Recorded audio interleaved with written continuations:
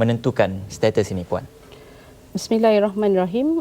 Terlebih dahulu, terima kasih diucapkan kepada RTM atas jemputan untuk 10 minit respon berkenaan MH370, hak waris. Jadi isu yang dibangkitkan tadi berkenaan al-mafqud dalam Islam, iaitu di mana muzakarah khas Jawatankuasa Fatwa Majlis Kebangsaan bagi Hal Ehwal Agama Islam Malaysia yang bersidang pada 25 Mac 2014 ni, dia telah membincangkan mengenai tragedi 370 ini, di mana muzakarah menjelaskan bahawa berdasarkan pandangan Syafi'i, mafqud ialah orang yang tidak didengari kabarnya dan barangkali kemungkinan besarnya dia telah mati.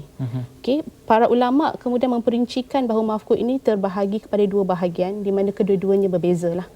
Jadi daripada contoh mafqud yang dibawakan oleh Ibnu Qudamah, muzakarah berpandangan bahawa dalam kes ataupun pesawat MH370 ini yang berakhir di lautan Hindi yang amat luas dan dalam, mayat-mayat dan bangkai pesawat menghadapi kesukaran untuk ditemui. Okay, dan pada pandangan pakar mengatakan bahawa survival manusia untuk hidup para penumpang dan anak kapal adalah amat tipis. Bagaimana pula dengan pengumuman oleh Yang Amat Berhormat Perdana Menteri bahawasanya MH370 berakhir di Lautan Hindi? Adakah ini boleh diambil kira sebagai kriteria menentukan al-mafqud tersebut? Okay. Dalam menentukan orang hilang ataupun al-mafqud ini, dia sebenarnya adalah di bawah bidang kuasa Mahkamah Syariah. Apabila kita membicarakan ataupun menerangkan tentang penumpang dan anak kapal yang beragama Islam, yang Muslim. Jadi mereka ini tertakluk di bawah bidang kuasa Mahkamah Syariah, dan hakim syar'i yang mempunyai kuasa untuk menentukan ataupun menentukan status mereka ini. Okey, dalam pengumuman Perdana Menteri kita berkenaan MH370 berakhir di Lautan Hindi tersebut, perkataan berakhir itu dari segi aspek pandangan seorang peguam, dia memerlukan dia perlu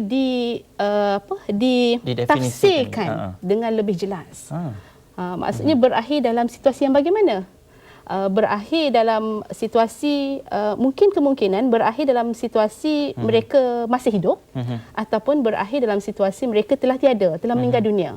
Jadi di situ sebenarnya apabila satu permohonan dibawa ke Mahkamah Syariah oleh ahli waris si mati, oleh ahli waris penumpang dan anak kapal untuk menentukan status mereka tersebut, elemen-elemen untuk membuktikan bagaimana adakah telah berlaku kematian itu perlu dizahirkan, dibuktikan kepada mahkamah. Kalau dalam hal itu, selepas ini, kesannya pula terhadap perkahwinan dan pembahagian harta si mangsa terhadap warisnya. Okey.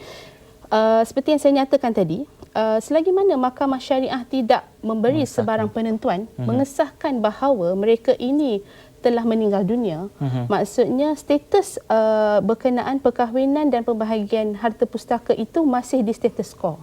Maksudnya bukan, dia tidak tergantung, masih seperti sebelumnya. Maksudnya perkahwinan tidak terbatal.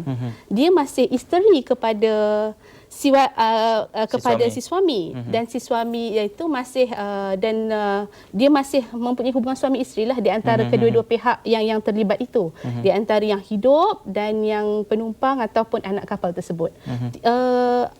Perkara ini, keadaan ini tidak sewenang-wenangnya membubarkan perkahwinan tersebut. Perkahwinan hanya boleh dibubarkan dengan satu permohonan kepada Mahkamah Syariah. Maksudnya satu permohonan difailkan di Mahkamah Syariah untuk membubarkan perkahwinan atas sebab ketidakberadaan ataupun kehilangan ahli waris tersebut. Kalau begitu, statusnya masih seperti asal dari segi perkahwinan dan hubungan kekeluargaan. Bagaimana pula dengan kebajikan waris sedangkan si mangsa tiada bersama dengan waris? Okey. Jadi di dalam isu ini, apabila kita memfokuskan tentang MH370, kebajikan waris terutamanya apabila kita merujuk kepada anak-anak masih perlu diteruskan, di mana sekiranya ia melibatkan ahli waris yang terdekat. Seandainya yang terlibat di dalam naas tersebut adalah si bapa, jadi ahli waris di pihak si bapa masih mempunyai tanggungjawab untuk menjaga anak tersebut sekiranya anak tersebut masih kecil, masih bersekolah dan di bawah umur 18 tahun, 17 atau 18 tahun. Okey, maksudnya dari segi tanggungjawab menyediakan nafkah, persekolahan dan kebajikan mereka, ahli waris di pihak lelaki masih berkelangsungan untuk bertanggungjawab. Okey, kalau katakan yang terlibat dalam MH370 itu adalah seorang wanita, di mana mungkin ibu, jadi bapanya masih bertanggungjawab seperti biasalah dalam menjaga kebajikan anak tersebut. Jadi kalau kita ingin spesifikkan dalam isu melibatkan waris yang tiada itu adalah lelaki, dia akan berkelangsungan kepada ahli waris lelaki, kepada datuk, bapa saudara dan seterusnya di sebelah pihak si bapa lah. Pandangan peribadi Puan sendiri di peringkat setahun selepas tragedi berlaku dari segi perundangannya, syariahnya, adakah ahli keluarga mangsa perlu meneruskan dengan permohonan kepada mahkamah? Pada pendapat peribadi saya, seperti yang saya nyatakan tadi, di dalam Seksyen 53 ya, Akta Undang-Undang Keluarga Islam Wilayah Persekutuan memperuntukkan tentang satu permohonan untuk anggapan mati, tapi itu untuk tujuan pembubaran perkahwinan. Tapi kalau di dalam kes MH370 ini, di mana pada pendapat saya situasi ataupun naas yang berlaku itu telah ditakdirkan oleh Allah untuk berlaku, dan sebenarnya bukanlah satu perkara yang kita jangka untuk berlaku. Betul.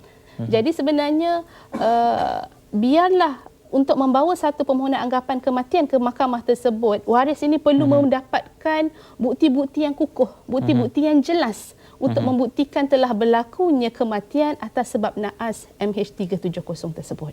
Jadi di sini maksudnya semua pihak memainkan peranan lah. Maksudnya pihak-pihak yang mungkin dari pihak kerajaan dan sebagainya kena sama-sama membantu pada ketika itu untuk membawa isu ini ke mahkamah jika dibawa. Apa yang penting sekarang adalah sokongan moral terhadap ahli keluarga mangsa, ya Puan. Baik, terima kasih kepada Puan Nurliana Zulkifli. MH370 terus diingati. Malah doa kita semua tidak akan terhenti di sini. Semoga suatu hari nanti persoalan ini akan terungkai juga. Terima kasih kerana bersama dengan 10 Minit Respons. Jumpa lagi minggu depan. Assalamualaikum.